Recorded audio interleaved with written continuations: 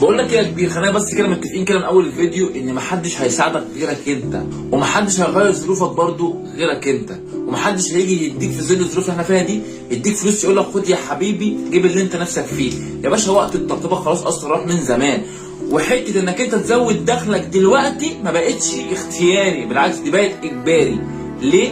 عشان انت الوقت لو ما استغلتش كل دقيقه في وقتك والله العظيم هتتهلك بمعنى الكلمه. يا باشا انت لو بس استغلت بس ساعة واحدة في يومك، تمام، في 30 ساعة في الشهر هتعمل المستحيل. تخيل 30 ساعة دول قادر انك تعمل فيهم ايه؟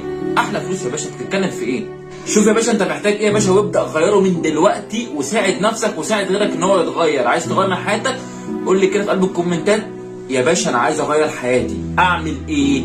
ولا اكتر ولا اقل، واعمل لايك واعمل حركة الاكسبلور عشان في الاف مؤلفة فعلا محتاجين انهم يشوفوا الفيديو ده. ساعد غيرك زي ما انا جيت ساعدتك.